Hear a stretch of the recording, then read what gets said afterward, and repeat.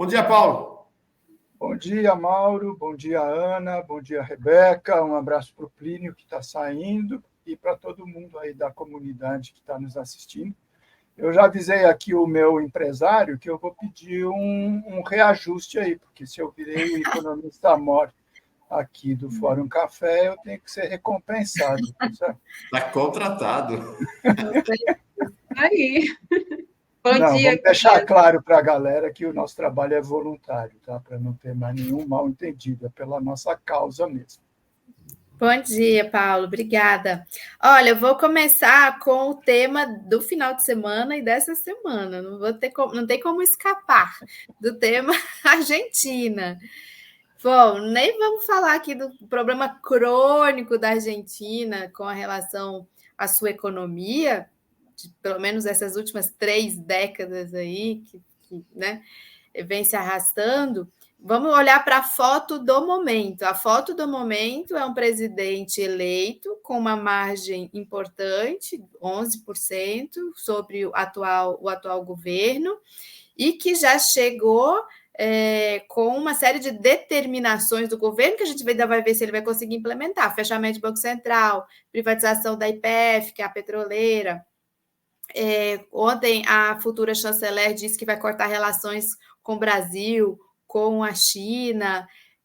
O que você acha, Paulo, que eles vão conseguir fazer de fato frente ao discurso? E quais são os grandes riscos a que a população argentina, que ao fim e ao cabo quem paga a conta é a população, neste exato momento dessa foto da semana?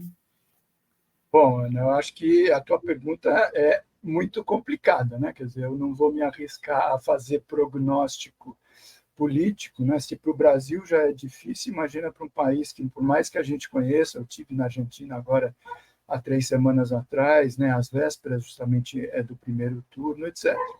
Eu diria o seguinte, quer dizer, eu acho que o Milei vai ter alguma dificuldade para implementar esse projeto, nem vou dizer radical, porque radical tem um sentido bom de ir na raiz, né?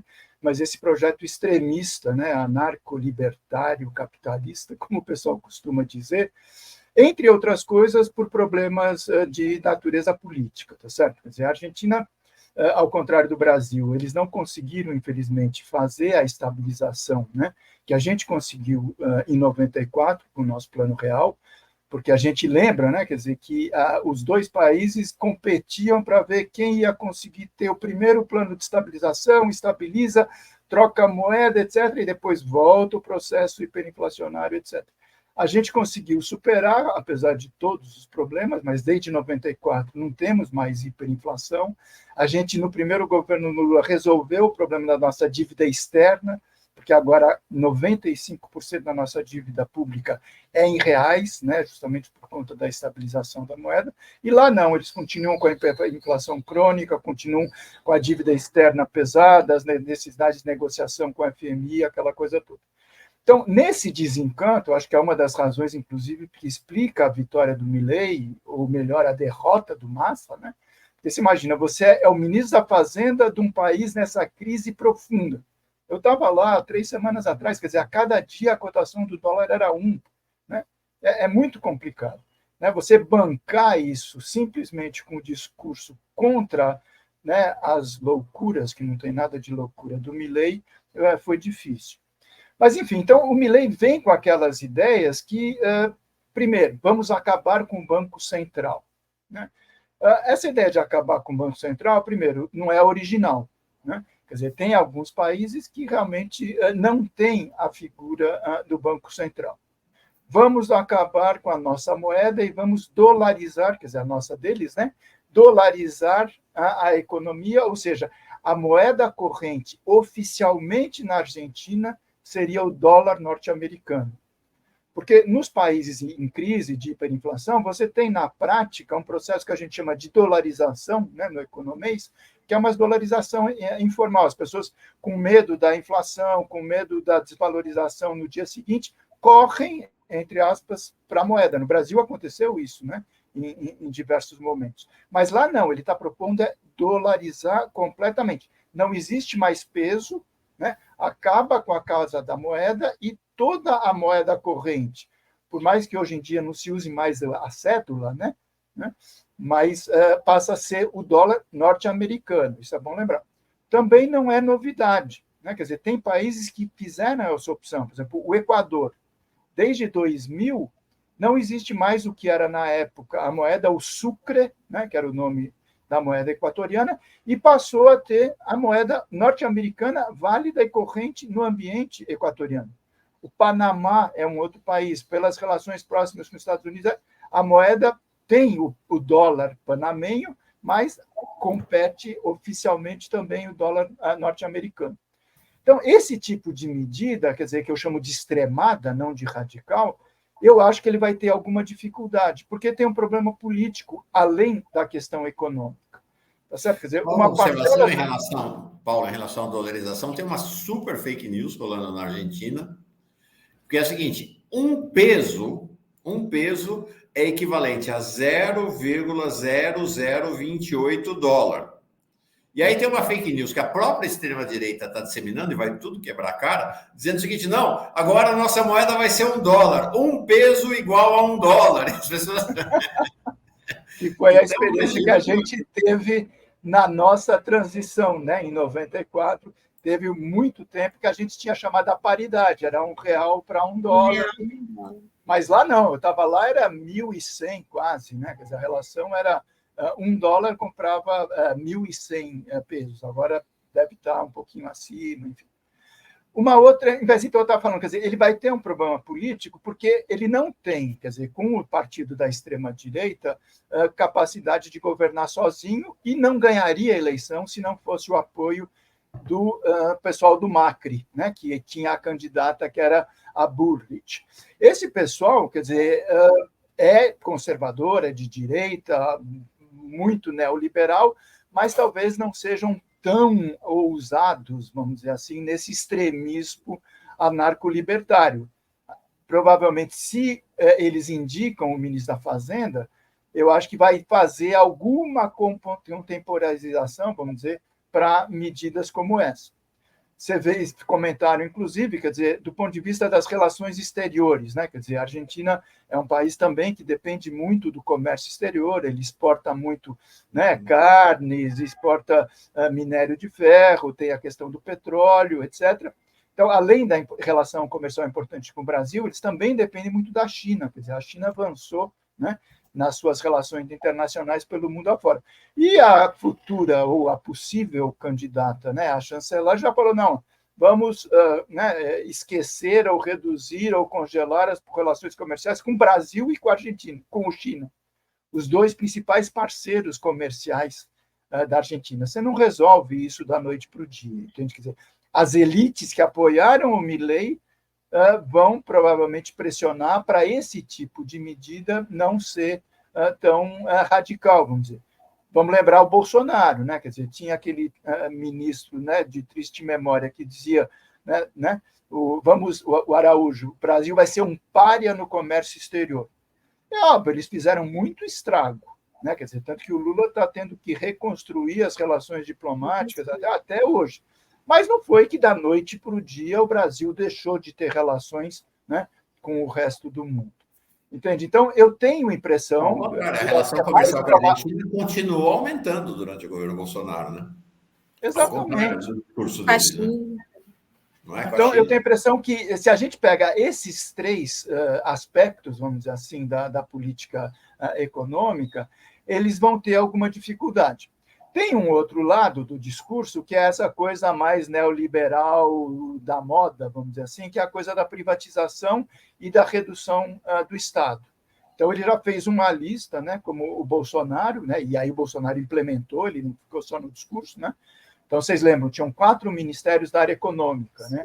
Planejamento, Fazenda, Indústria e Comércio e Trabalho, juntou no monstrengão, deu todo o poder ao novo superministro da Economia, que era o Paulo Guedes, mas 4 anos de destruição, de estrago, etc. No dia seguinte que o Lula voltou ao que era historicamente a tradição da divisão ministerial brasileira, que é necessária, Fazenda, Planejamento, Indústria e Comércio e Trabalho.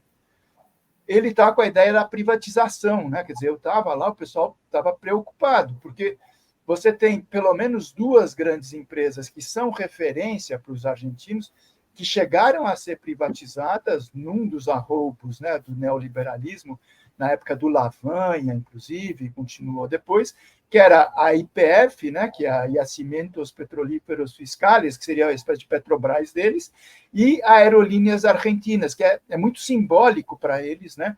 Quer dizer, essa coisa da empresa, principal empresa aérea, ser uma empresa pública, estatal, aquela coisa toda. Então, ele está ameaçando, né, quer dizer, que vai privatizar essas duas, né, entidades, empresas que são simbólicas, e que vai reduzir o número de ministérios e também as funções públicas.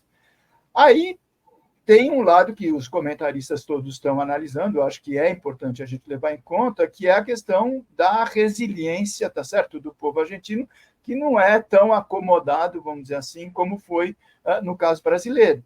Então, você mexer com saúde pública, com educação pública, com a seguridade social, né, como eles chamam, a aposentadoria pública lá, pode dar ruim, mas a gente não sabe. Né? Quer dizer, tem essa coisa, né, do bônus, né? O Ciro Gomes tinha essa ideia, né? O bônus do novo ministro, do novo presidente. Né? Realmente, o cara chega com força, dependendo como ele fizer as negociações com a direita, né? Que não é tão civilizada assim, né? Do Macri, da Bullrich, etc. No interior do parlamento, pode ser que ele consiga, vamos dizer, avançar mais ou menos em alguma dessas pautas, né? Mas, como eu comecei te dizendo, quer dizer, a questão é complicada, né, do ponto de vista econômico, primeiro, né, quer dizer, você acabar com o peso e dolarizar completamente a economia, por mais que isso seja simpático aos Estados Unidos, ao Fundo Monetário Internacional, etc., é um risco. Né? Quer dizer, eu não sei se as elites vão topar isso da noite para o dia. Com relação ao Banco Central, é interessante analisar, quer dizer, se ele consegue, por exemplo, dolarizar, literalmente, a figura do Banco Central fica um pouco meio sem sentido. Por exemplo, o Equador, só para fechar, né? O Equador dolarizou, não tem mais Sucre, mas ainda tem um Banco Central, porque as funções do Banco Central têm a ver com o sistema financeiro, com o controle de banco, com o controle do fluxo, né, de cambial, etc. Então, pode ser que mesmo você extinguindo o dólar, extinguindo o peso e só tendo o dólar, o Banco Central tem alguma função, porque vão continuar existindo bancos na Argentina. E ninguém das elites empresariais vai ser maluco de achar que um sistema bancário complexo como o argentino, que tem bancos nacionais, tem bancos públicos, tem bancos internacionais, vai tudo funcionar às livres forças de mercado. Isso é uma loucura. Né? Quer dizer, esse é o tipo do setor da economia que você precisa algum grau de regulação, por mais neoliberal que você seja no seu ideário, tá certo? Paulo, ainda uma última questão sobre a Argentina.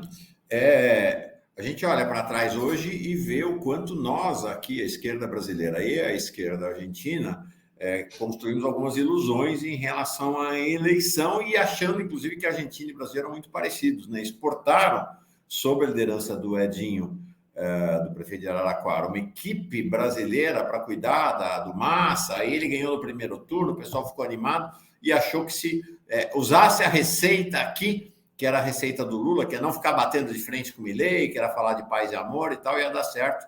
Deu no que deu. A gente ainda no sábado tínhamos aqui nos grupos de WhatsApp essa coisa, vai ganhar Massa, vai ganhar Milei. Eu participo de alguns grupos de esquerda. Eu era uma voz única dizendo, gente, já ganhou o Milei vai ganhar a eleição, todo mundo achando que ia dar Massa e tal. E não só deu o Milei, como deu por uma vantagem absurda, né? 12 pontos percentuais, né? Muito grande.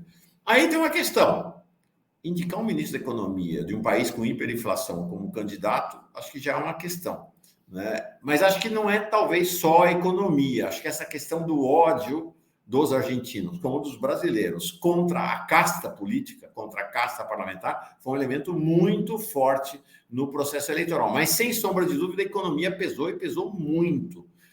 A que você atribui o fracasso da economia do governo Fernandes?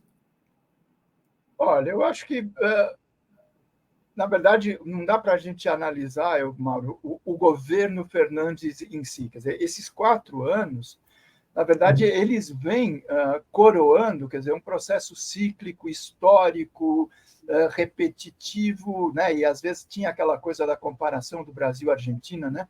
Os mais novos não vão conhecer, Mauro, os nossos cabelos brancos denunciam, o chamado efeito Orloff, né? Que era uma propaganda de uma vodka Orloff, que dizia eu sou você amanhã, né? E era o Brasil brincando com a Argentina para dizer, porque a gente tinha um processo, alguns anos ou meses depois a Argentina tinha, etc. A gente, como eu falei, a gente conseguiu romper esse ciclo em 94, quando a gente estabilizou a nossa moeda e os governos, a FHC, depois Lula, Dilma, etc. Mas, enfim, a coisa se resolveu de uma certa maneira.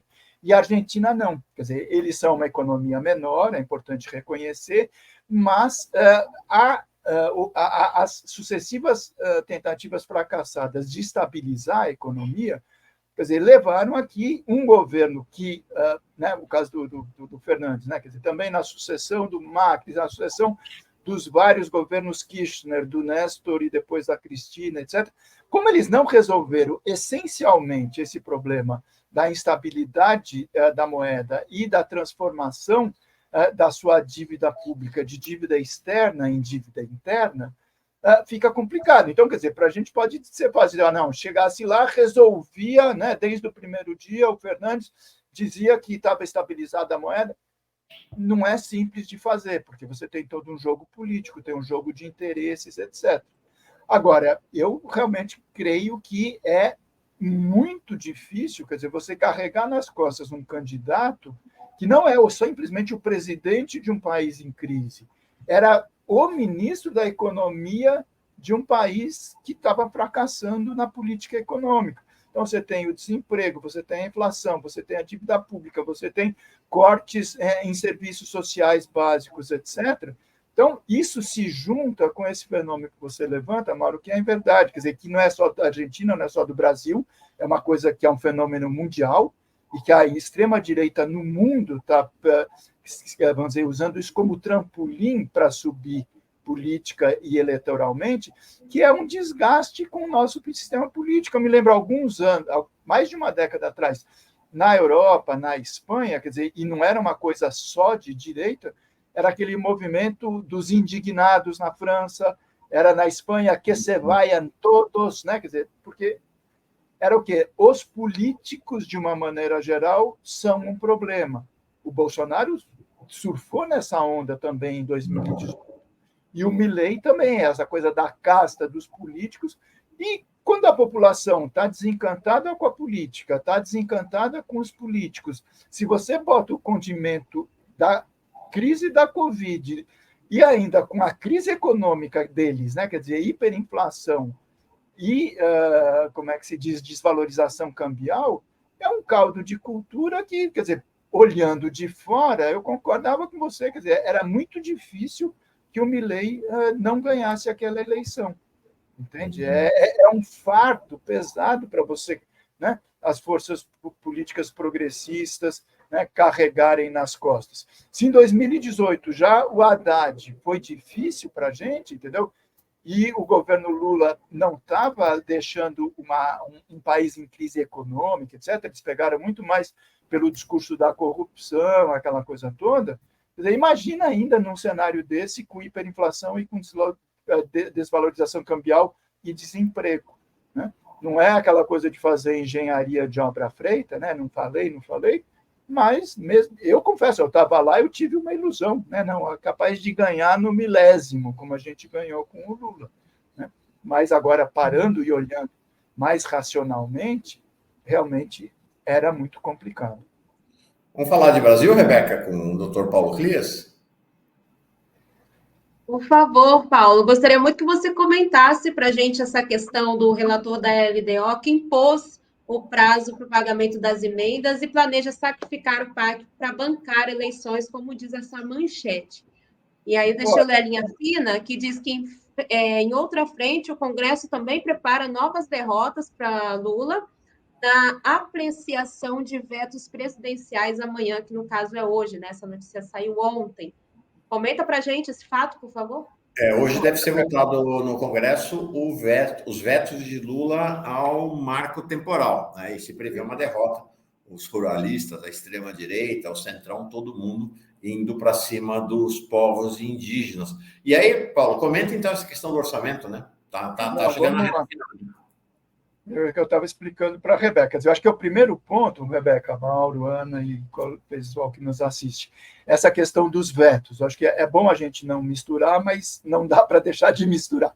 Os vetos são sessões especiais do Congresso, então você junta senadores e deputados para apreciar matérias de muito tempo atrás, né? Porque quando uma lei é promulgada, o presidente pode sancionar ou vetar, ele veta itens. E, normalmente, quando chega num veto, quer dizer, o executivo está numa posição defensiva, porque sempre é o quê? É uma matéria que o Congresso, na sua maioria, Câmara e Senado, aprovou, e o presidente, por as suas razões legítimas, etc., vai dizer, não, eu, presidente da República, não concordo com isso que vocês, maioria congressuais, mas maioria congressual, aprovou, e veto.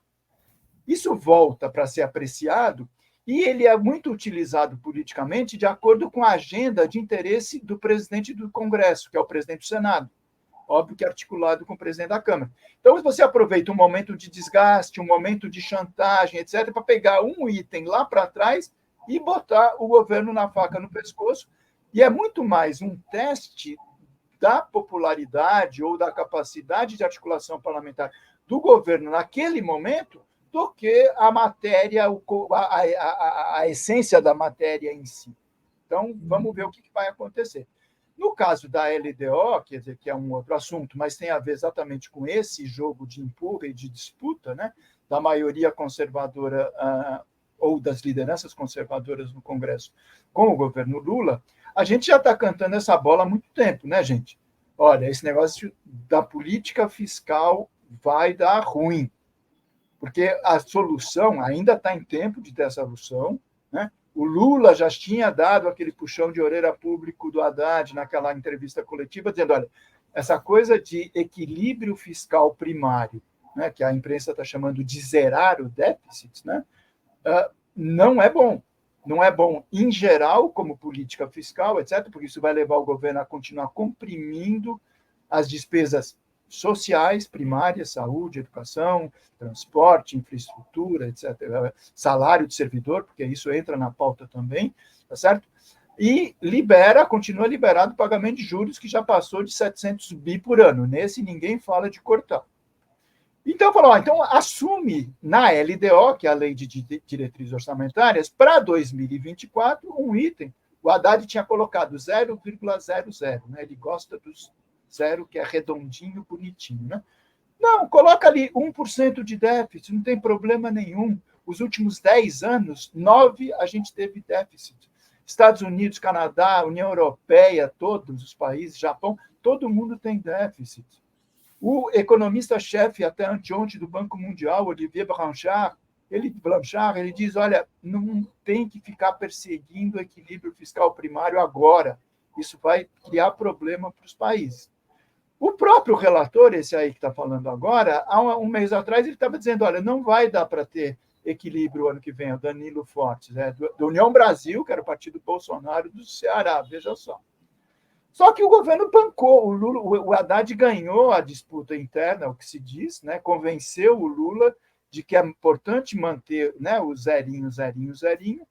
E o que vai acontecer? Quer dizer, você tem agora esses problemas, porque o ano que vem é o ano de eleição, gente. O sistema político no seu conjunto, né, aquele que o Milei está chamando de casta, né, que a população está começando a ficar cada vez mais, desculpa a expressão, de saco cheio mesmo, entendeu? Emenda do relator, emenda secreta, realmente é complicado, né? Mas esse sistema político vai estar em movimento porque daqui até outubro do ano que vem é eleição em mais de 5.570 municípios do Brasil. Então, você envolve o conjunto dos candidatos a vereador, os conjuntos dos candidatos a prefeito. Imagina, são mais de 15 mil candidatos a prefeito. O sistema dos deputados estaduais, dos governadores, deputados federais, senadores, o próprio presidente da República, né, que vai querer ter um resultado a seu favor no balanço de outubro do ano que vem. Então, isso significa, entre outras coisas, independente de política fiscal certa ou errada, necessidade de recurso. Isso significa despesa pública, significa investimento público. E o governo já começa o jogo, antes de entrar no gramado, está no vestiário, porque a gente está falando de 2024, dizendo, não, vamos bater no peito, porque o Haddad acha que é importante, dizer que vai ter resultado zero, não tem sentido. E agora o relator vai usar.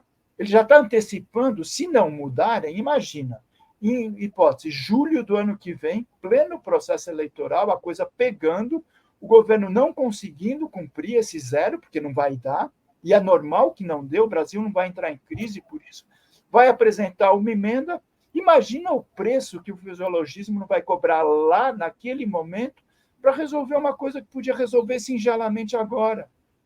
Tem emenda já, o deputado Lindbergh já apresentou, olha, o ano que vem o déficit vai ser de 1%. Acabou, não tem problema nenhum.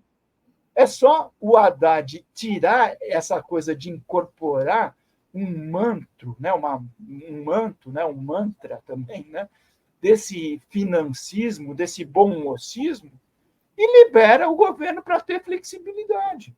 Né? Porque, além da gente dizer que o governo precisa gastar, porque ele tem que começar a governar, a gente está fechando um ano de governo, você vai ter a pressão natural, entre aspas, do sistema político, que quer despesa, que quer investimento. E trancar essa coisa no zero por vontade própria, né? A gente não está numa Argentina que está negociando com a FMI, que está com a economia dolarizada, que está com hiperinflação. Não, a gente está bem. Mas a gente está se amarrando, criando uma armadilha, colocando uma coleira no nosso próprio tornozelo, entende? Paulo, há uma questão, a gente mostrou hoje mais cedo, que são as pesquisas de opinião em relação ao governo Lula, as pesquisas públicas, né? A gente mostrou hoje essa da Atlas, que saiu ontem, a da Quest, que havia saído em outubro, que convergem com as pesquisas do Planalto, mostrando uma tendência de queda pequena, nada muito acentuada, mas uma tendência de queda na popularidade do governo. Se a economia der uma rateada no que vem, é evidente que isso pode se aprofundar. E aí a gente tem pressão de todos os lados. Então, por um lado, você tem o relator da LDO dizendo o seguinte, que vai sacrificar verbas do PAC, que vão impactar na economia, para priorizar as verbas para bancar o fundo eleitoral. Olha só. Né? Então, porque o fundo eleitoral, gente, é uma coisa de esfera macroeconômica, é quase 40 bilhões, 38 bilhões para o fundo... para as emendas parlamentares. Então, além dos 38 bilhões para as emendas parlamentares, você tem a questão do dinheiro para o fundo eleitoral. Dinheiro para o fundo eleitoral. Então, o cenário está dizendo, não, esse dinheiro das emendas e do fundo eleitoral está garantido, se precisar a gente corta no PAC, primeiro. Segundo, está tendo uma guerra que pode levar à demissão do Jean Paul Prats hoje, ele tem uma reunião com o Lula no final da tarde, entre o Planalto, Rui Costa e o ministro das Minas e Energias, e o Jean Paul Prats.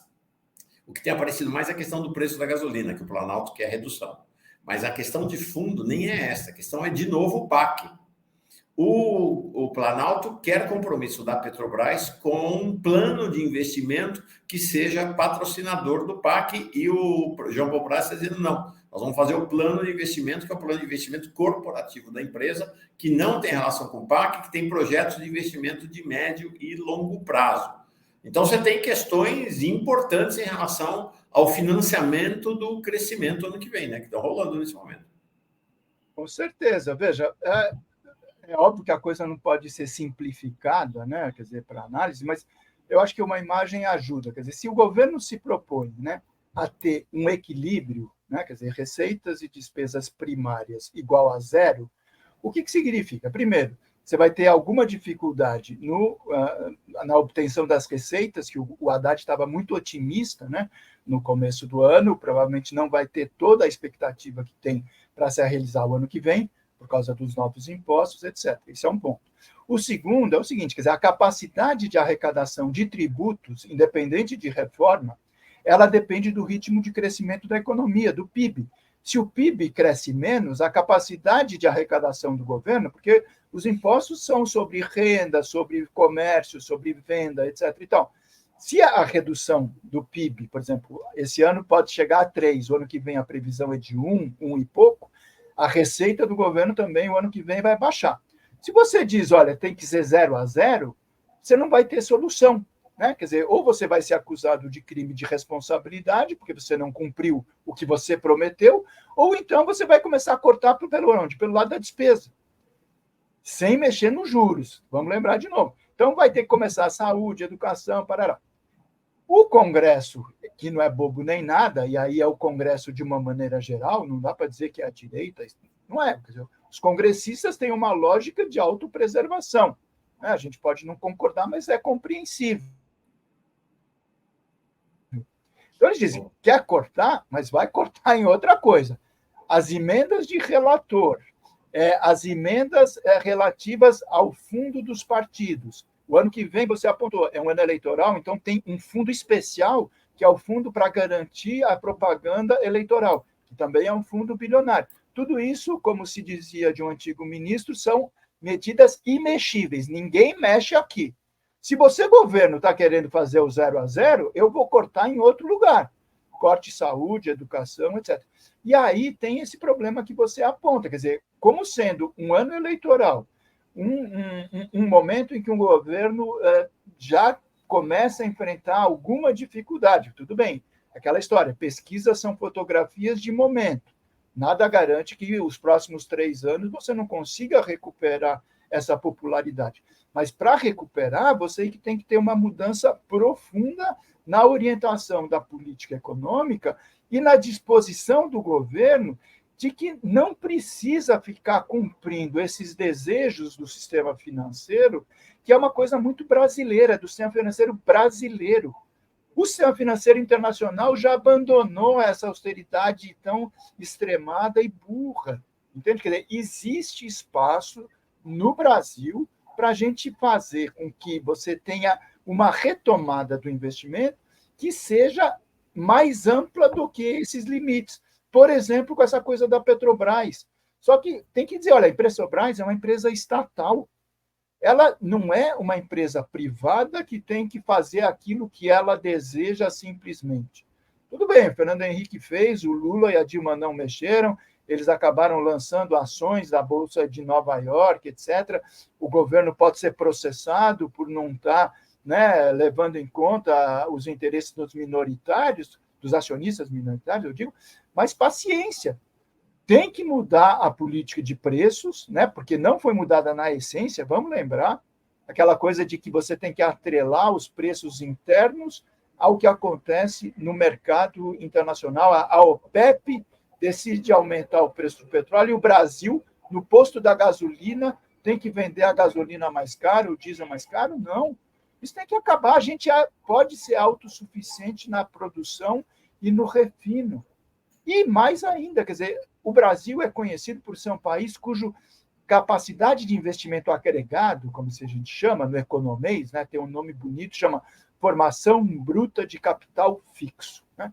Essa é uma variável que mede o investimento, né, que vai crescendo de um dia para o outro, do conjunto da economia.